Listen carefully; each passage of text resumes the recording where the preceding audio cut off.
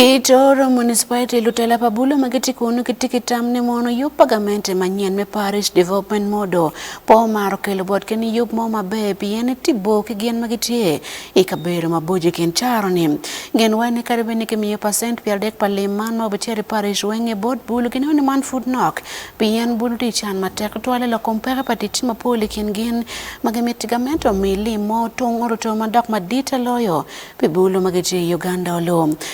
man kimokene wanong kibot George Ofono ani Oloko Bulu magitie itoro municipality ni.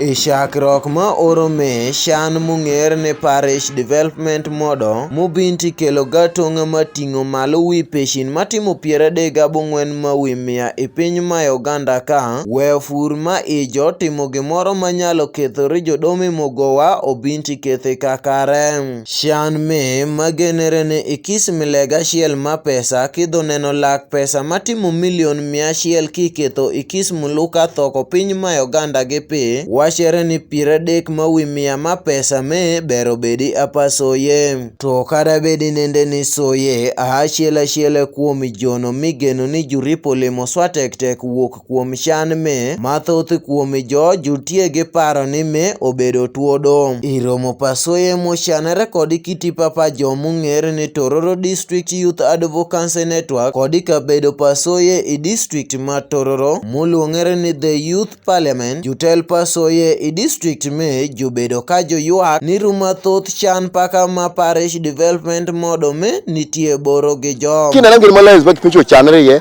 ite kama limiting soye te kama wacho ni iripo bedo ngato nyomere te kama wacho ni iripo bedo gilo manyake wuodh gik pima timo nedi male mi pesa ye. Young people have continuously expressed a desire to have sufficient information to meaningfully participate in government programs. We've been in a lot of social discourse. We've been in discussions with young people themselves and are saying that sometimes why they don't participate in government programs is because of one, they have been politicized. Jome juwasho paka chik kanyachiel kod gik piny mimito nyaka ng'e nyatoro olim kuom chan me paka bedo kod lowo mafur achiel kuom gik piny momiyo chuny soye mathoth ochoko chile woko iye. Government dwabero time duong' medetek ber okiro keth restrictions ye tetek paka like ikuthiri bedo ngato nyomara kimig aken wangime ikuthiri bedo gilo akenya ken wangime government bero wegime open rikis nyath manyalo timo nedi ndwango okwany onwang silwanyno to watch my restrictions mo wani kutubere bedi gi maken wang gino kosber kutim gi maken wangeme mero nyikro chances makwet akute ko nyikri programs pokre mawuok ichen manario wan paka soye podi cha paramo to rijotel jutishi district ma Tororo chuny soye kibero opodhe kada mathin ropirishan ma parish development modo nitie kod jange kweth. The youth true may not have land but they belong to households.